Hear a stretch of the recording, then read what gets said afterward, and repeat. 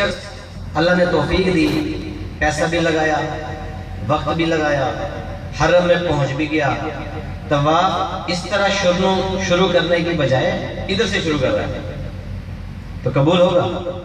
نہیں ہوگا، کیونکہ یہ آپ کا طریقہ نہیں، جو طریقہ آپ نے بتایا ہے ویسے کر سکتا ہے۔ اس کی نیت بھی ٹھیک ہے، اس نے وقت بھی لگایا، اس نے پیسہ بھی لگایا، اس کی نیت میں کوئی وہ نہیں، نیت ٹھیک ہے لیکن طریقہ غلط ہے، طریقے سے ہٹو گے کوئی قبول نہیں ہوگا، چاہے تمہاری نیت بھی ٹھیک ہوگی، چاہے تمہارا پیسہ بھی لگا پڑا ہو، تمہارا وقت بھی لگا پڑا ہو۔ اب طواف کے چکر کتنے ہیں؟ 7، اب کوئی 8 لگا لے یا کوئی 6 لگا لے تو قبول ہوگا؟ نہیں ہوگا۔ تو آپ نے فرمایا کہ میری اتباع کرو۔ اتباع کا مطلب کیا ہے؟ کہ جیسا میں کرتا ہوں ویسا کرو، نہ کمی کرو نہ زیادتی کرو۔ حضرت ابوبکر صدیق رضی اللہ تعالیٰ عنہ ایسے متبع سنت تھے کہ آپ صلی اللہ علیہ وآلہ وسلم میں اور ان میں فرق ہی نظر نہیں آتا۔ جب ہجرت کر کے آپ مدینہ شریف تشریف لائے، تو جب مدینہ شریف تشریف لاتے وقت جب رستے پر آپ کے آثار نمودار ہوئے، مدینہ والوں نے جب آپ کا استقبال کیا، اب ان کو پتہ نہیں چلتا تھا کہ اللہ کے نبی کون سے، یہ ہیں یا یہ ہیں، پتہ نہیں چل رہا۔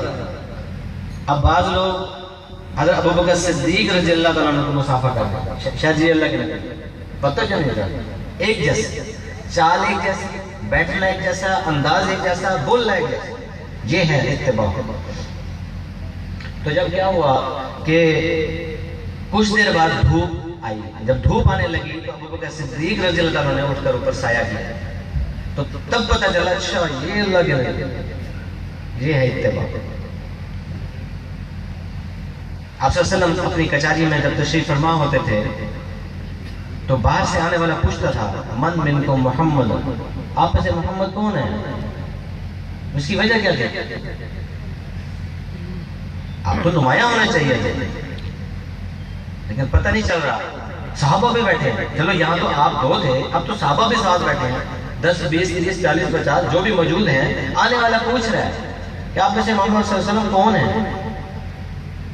کیا تھا کہ صحابہ بھی متبع سنت تھے، اتنے تھے کہ پتہ نہیں چلتا۔ یہ ہے اتباع۔ صحابہ کو آپ کی سنت بہت عزیز تھی۔ حضرت عمر رضی اللہ تعالیٰ عنہ حجر اسود کو بوسہ دے رہے، فرمایا کہ میں تجھے بوسہ کبھی نہ دیتا اگر میرے محبوب نے نہ دیا ہوتا، تو پتھر ہے، میرے نزدیک تیری کوئی اہمیت نہیں، لیکن تجھے میرے محبوب نے بوسہ دیا اس لیے میں تجھے دوں گا، مجھے مجبوری ہے۔ شروع میں جب طواف کیا جاتا تھا تو 3 چکر جو ہیں وہ تھوڑا سا دوڑ کے لگائے جاتے ہیں، جو آج بھی وہ عمل چل رہا ہے۔ اس میں کیا ہوتا ہے کہ کفار کے اوپر مسلمانوں کی قوت کا اظہار کیا جاتا ہے۔ تو عمر رضی اللہ عنہ نے سوچا کہ یہ تو اس وقت اس کی ضرورت تھی، اب تو اس کی ضرورت نہیں، اب تو ہم کئی لاکھ مربع میل پر حکومت کر رہے ہیں، اب تو اس کی ضرورت نہیں ہے۔ لیکن فرمایا نہیں، کیونکہ یہ میرے محبوب کی سنت ہے، میں اس کو نہیں چھوڑ سکتا، چاہے اس کی ضرورت ہے یا نہیں، میں نہیں چھوڑ سکتا۔ حضرت حذیفہ بن یمان رضی اللہ تعالیٰ عنہ کس طرح کے محل میں بیٹھے ہیں، دسترخوان لگا ہوا ہے،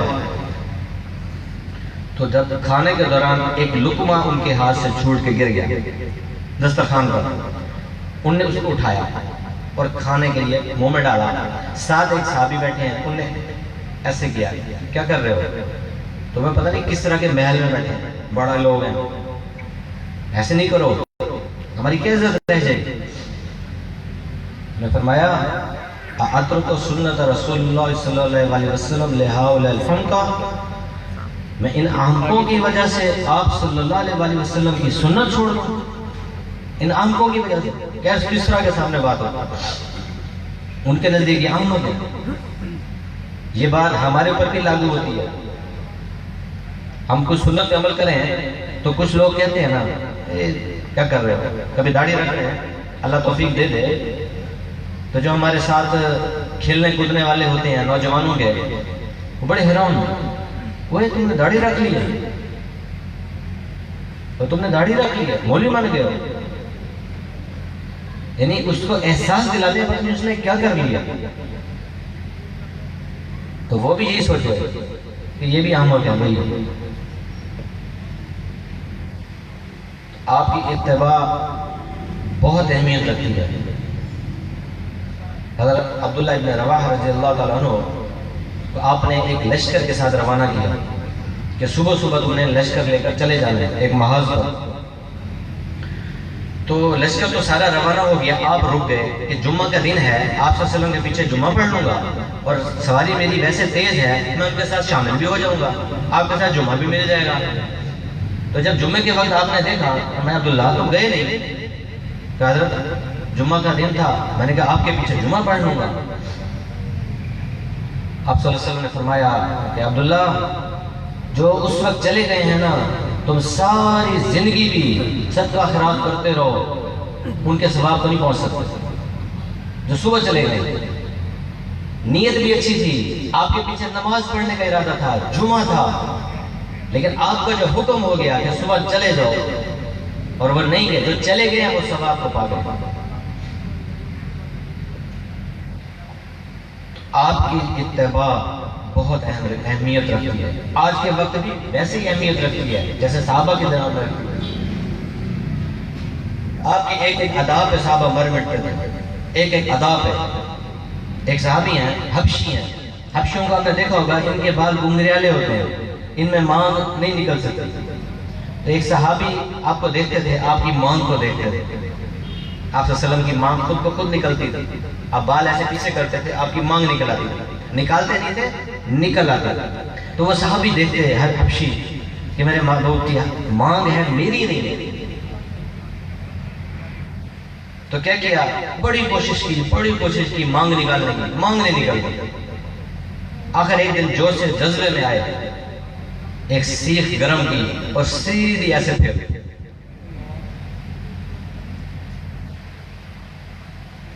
صبح صحابوں نے دیکھا تو یہ کیا, کہا بس میرے محبوب کی سنت پوری ہوگی. ایک صحابی رسول کا ایک بال تھا, ایک بال. کسی نے کہا کھینچ دو, نے کہا تمہیں ایک بال نظر آتا ہے, مجھے میرے محبوب کی پوری سنت نظر آتی ہے. ایک بال کو کھینچے, میرے محبوب کی سنت تو ادا ہو رہی. ہماری حضرت جن کا بھی تعارف ہو رہا تھا, خواجہ خواجگان قطب زبان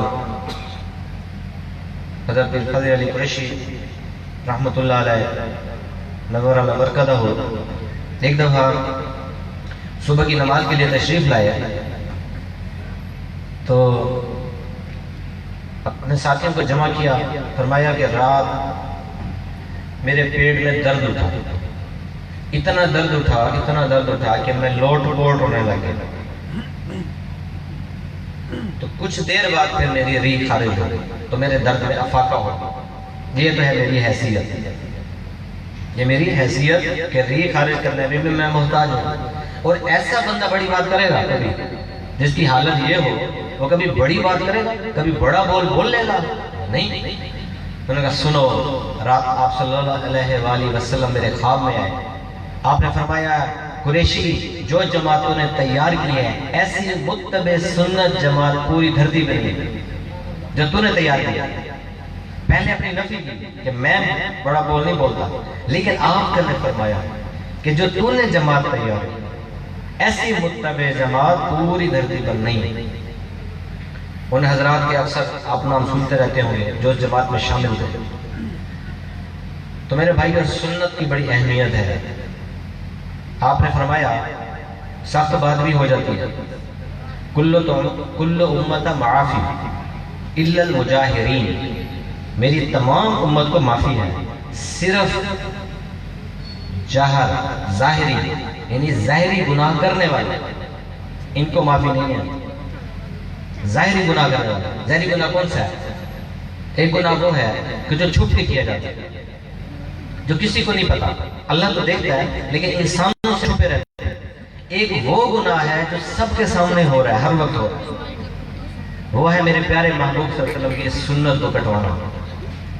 یہ ظاہری سنت ہے. سنت کو کاٹنا, سنت سے ترک کرنا گناہ ہے.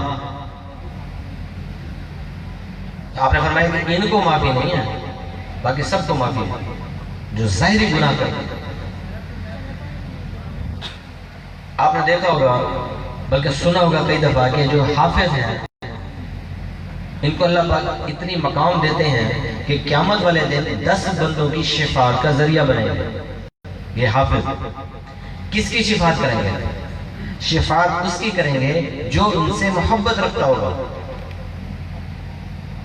آپ سے کوئی پوچھے ہاں بھی بچہ کیا کر رہا ہے؟ یہ حافظ بنا رہا، حافظ بنا رہا، مولوی بنا رہا. یار کوئی اچھے سے بڑے اسکول میں داخل کرو، اس کی شفاعت نہیں کرے گا. ایک تو ہے حافظ ہونا، ایک ہے حافظ نہ ہونا، لیکن حافظ سے محبت رکھنا، یہ شفاعت کا سبب بنے گا. حافظ جن 10 لوگوں کی شفاعت کرے گا وہ اس سے محبت کرنے والے وہ شامل ہوں گے. ایک ہے سنت پہ عمل کرنا، ایک ہے سنت پہ عمل نہیں کیا لیکن سنت سے محبت ہے، تو یہ آپ صلی اللہ علیہ وسلم کی شفاعت کا ذریعہ بنے گا. یہ سنت ہے نہیں لیکن محبت ہے، کہ سمجھتا ہے، دل مانتا ہے کہ واقعی میں سنت نہیں کر رکھی ہوئی لیکن مجھ سے محبت ہے، تو یہ شفاعت کا ذریعہ بنے گا.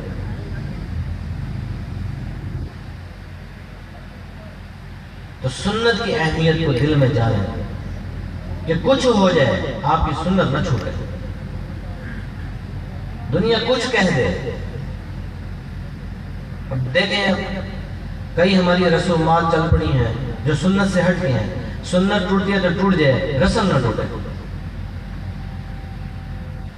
آپ سے صرف ناراض ہوتے ہیں تو ہو جائے، رشتہ دار ناراض نہ. حضرت مولانا یوسف کاندھلوی رحمۃ اللہ علیہ حرم سے نکل رہے ہیں، روزہ اقدس سے حاضر دے کر نکل رہے ہیں. ایک ساتھی سامنے آیا، مصافحہ کیا کہ آپ نے یوں دیکھا، بڑا up to date clean shave, جیسے دیکھا رونے لگے، روئے دھوڑے مارے. پوچھتا نہیں ہے میرے سے میں کیوں رو رہا ہوں، پھر بتائیں آپ کیوں رو رہے ہیں؟ کہا یہ چہرہ لے کے گیا ہے آپ کے سامنے، آپ صلی اللہ علیہ وسلم کے سامنے یہ چہرہ لے کے گیا ہے. کتنی تکلیف پہنچائی ہوگی انہوں نے، آپ کو کتنی تکلیف پہنچی ہوگی اس چہرے سے. بس یہ سننا تھا. ایک دفعہ ایک بزرگ گئے، آپ صلی اللہ علیہ وسلم کے دربار حاضری ہوئی اور رات کو خواب دیکھا، آپ کی زیارت ہوئی. پوچھا یا رسول اللہ وسلم آپ کے دور میں کوئی شخص ایسا آپ کے سامنے آ جاتا جو آپ کو پسند نہیں ہوتا تھا، آپ منہ پھیر لیتے، تو کیا اب بھی وہ معمول ہے؟ آپ نے فرمایا بالکل، اب بھی وہ شخص میرے دربار پر حاضری بھی ہو جاتی ہے اس کی اور اس کو وہ مجھے پسند نہیں ہے تو میں منہ پھیر لیتا ہوں. اب بھی منہ پھیر لیتا ہوں. یہ تو دنیا میں پھیر رہے ہیں، اور اگر قیامت والے دن پھیر لیا پھر کون ہے شفاعت کرنے والا؟ آپ نے فرمایا المرء مع من احب، آدمی اسی کے ساتھ ہوگا جس سے وہ محبت کرتا ہے. آقا ہم تو آپ سے محبت کرتے ہیں، ہم تو آپ کے ساتھ ہیں، ہمیں تو اور کوئی ساتھ نہیں چاہیے، آپ کا ساتھ چاہیے. آپ نے جس کا ہاتھ پکڑ لیا اس کا تو بیڑا پار ہو گیا. ایک بدو آیا، آپ سے سوال کیا. بدو دیہاتی لوگ ہوتے ہیں، جاہل، وہ سوال بھی ایسے ہی کرتے تھے. اب وہ آیا، اس نے کہا یا رسول اللہ آپ کی 3 باتیں سمجھ نہیں آتی. ایک تو آپ کہتے ہیں کہ یہ جو مشرکین ہیں یہ اپنا دین چھوڑ کے ہمارے دین میں داخل ہو جائیں گے. دوسرا کیسر و کسرا فتح ہو جائے گا. تیسرا موت کے بعد حساب و کتاب ہوگا. تو یہ مجھے 3 باتیں آپ کی سمجھ نہیں آتی. تو آپ نے فرمایا، آپ نے اس کا ہاتھ پکڑا، فرمایا قیامت والے دن میں اسی طرح تیرا ہاتھ پکڑ کے تجھے یاد دلاؤں گا کہ دیکھ اب حساب کتاب ہو رہا ہے کہ نہیں ہو رہا. قیامت والے دن اسی طرح تیرا ہاتھ پکڑ کر تجھے دکھاؤں گا کہ دیکھ حساب و کتاب ہو رہا ہے کہ نہیں. اب وہ آپ صلی اللہ علیہ وسلم کے دور میں تو اس نے ایمان نہیں لایا، آپ کا انتقال ہوا، پردہ فرمایا. تو اس نے دیکھا کہ مشرکین جو ہیں وہ دار اسلام میں داخل ہو گئے. اب اس نے کہا ایک تو شرط پوری ہوگی. پھر اس نے دیکھا کیسر و کس طرح بھی فتح ہو گیا. اس نے کہا دوسری شرط بھی پوری ہوگی تو تیسری بھی ضرور ہوگی. تو وہ ایمان لے آئے. حضرت عمر رضی اللہ تعالیٰ عنہ اس کے پاس جاتے ہیں، اسپیشل اسے ملنے جاتے ہیں اور اس کا اکرام کرتے ہیں. تو صحابہ نے پوچھا کہ امیر المومنین آپ کیوں اسپیشل اس کے پاس جاتے ہیں؟ آپ نے فرمایا یہ جنتی ہے. مگر وہ کیسے؟ کیا تمہیں یاد نہیں آقا نے فرمایا تھا کہ قیامت والے دن میں تیرا ہاتھ پکڑ کے تجھے یاد دلاؤں گا. اور میرا یہ ایمان ہے قیامت والے دن جس کا ہاتھ آپ صلی اللہ علیہ وسلم پکڑ لیں گے جنت میں پہنچائے بغیر نہیں چھوڑیں گے. تو یہ تو جنتی ہے.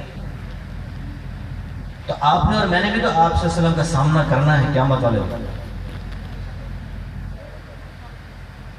آپ نے کیا فرمایا؟ صحابہ نے پوچھا کہ آپ کی امت کی پہچان کیسے ہوگی؟ آپ نے فرمایا چہروں سے ہوگی.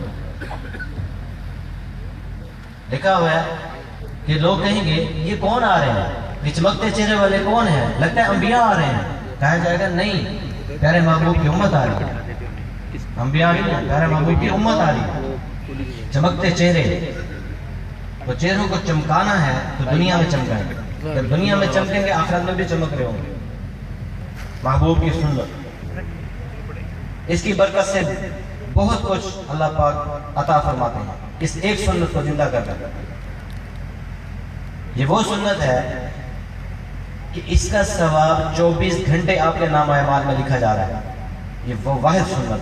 ایک سنت ہے مسجد میں داخل ہوئے، ایک سنت اس کا ثواب اس وقت ملا. ایک سنت ہے باہر ہے، اس کا ثواب اس وقت ملا. ایک سنت ہے بیت الخلاء میں داخل ہونا، ایک ہے باہر آنا، یہ اس کا ثواب اس وقت لکھا جائے. لیکن یہ واحد سنت ہے کہ جس کا ثواب سوتے، جاگتے، لیٹتے، بولتے، چاہے بیت الخلاء، چاہے نماز، چاہے روزہ، چاہے حج، کوئی بھی عمل کر رہے ہیں، اس کا ثواب لکھا جا رہا ہے مسلسل. تو میرے بھائی اس سنت پہ عمل کریں، اس کی بدولت انشاءاللہ ساری زندگی بہتر ہو جائے گی. یہ میرے محبوب کی پیاری سنت ہے. ایک بزرگ تھے 1 لاکھ دفعہ درود شریف روزانہ پڑھتے تھے. 1 لاکھ دفعہ. آپ صلی اللہ علیہ وسلم کو زیارت ہوئی، آپ کو انہوں نے دیکھا کہ آپ کے جسم پر نشان ہے. آپ صلی اللہ علیہ وسلم کے جسم پر نشان ہے. آپ نے پوچھا یا رسول اللہ وسلم آپ کے جسم پر نشان یہ کیسے ہیں؟ فرمایا کہ جو لوگ میری سنت کو ترک کرتے ہیں وہ مجھے چوٹ پہنچاتے ہیں. یہ وہ نشان ہے جو میری سنت کو ترک کرتے ہیں، تارک سنت، وہ میرے دلوں کو چوٹ پہنچاتے ہیں. میرے بھائیوں اللہ بھی تب راضی ہوگا جب اللہ کا محبوب راضی ہوگا. جب اللہ کا محبوب راضی ہو گیا تو سب بن گیا. تو اللہ کے محبوب، کیونکہ وہ ہمارے بھی محبوب ہیں، صحابہ کے بھی محبوب ہیں. صحابہ جتنی محبت ہم نہیں کر سکتے. ایک شخص تھا، اس نے کہا بھی اگر میں بھی صحابی ہوتا میں بھی اتنی محبت کرتا، یہ کرتا اور وہ کرتا. تو رات کو خواب دیکھ رہا ہے کہ آپ صلی اللہ علیہ وسلم کو نا جیپ میں اٹھایا ہوا ہے، جیپ میں لے کر جا رہا ہے، اور راستے میں ایک پہاڑی آ گئی. تو پہاڑی پہ چڑھنے لگے کہ پتہ چلا کہ وہ جیپ واپس جانے لگا. تو پریشان ہوا، جلدی جلدی اترا کہ کوئی پتھر لے کر اس کے نیچے دوں تاکہ یہ جیپ رکے، واپس نہ جائے. جب پتھر ڈھونڈ کے لایا تو آ کے دیکھا کہ میرے پیارے محبوب کے جانثار نے اپنی گردنیں دی نہیں. تو جب بیدار ہوا تو کہ باقی صحابہ کا مقابلہ کوئی نہیں کر سکتا. لیکن اتباع تو کر سکتے ہیں، مقابلہ نہیں کر سکتے، اتباع تو کر سکتے ہیں، وہ نسبت تو لے سکتے ہیں. تو ماشاءاللہ ہمارے حضرات کا تعلق بڑے لوگوں سے ہے، نسبت والوں سے ہے. جو اس لائن میں جڑ گیا ہے اس کا بیڑا پار ہو گیا.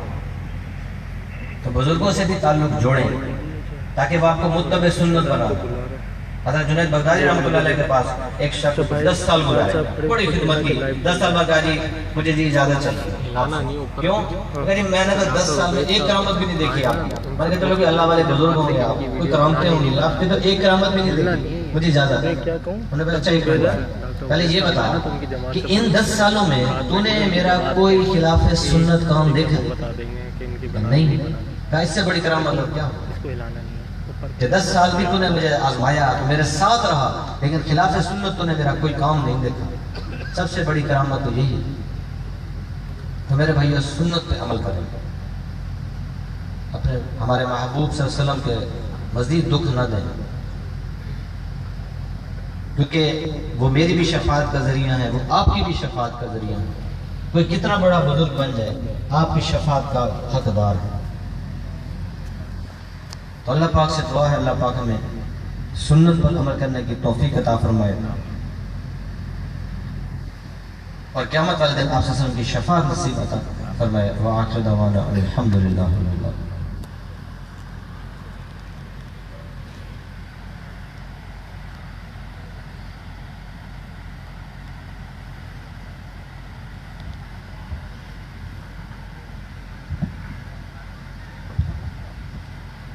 ابھی انشاءاللہ اذان ہوگی. اذان کے متصل بعد نماز ادا کی جائے گی.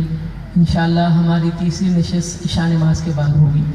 ایک اعلان سماعت فرمائیں. اذان کے بعد مسجد کے اندر جماعت کے ساتھ نماز ادا کی جائے گی اور وہاں پر جگہ چونکہ کم ہے اس لیے وہاں کی نماز کے متصل بعد پنڈال کے اندر اجتماع گاہ کے اندر بھی نماز ادا کی جائے گی. جن ساتھیوں کو وضو وغیرہ نہیں وہ وضو بنائیں, نماز کی تیاری کریں. مسجد میں بھی نماز ہوگی اور انشاءاللہ اس نماز کے بعد یہاں نماز ہوگی.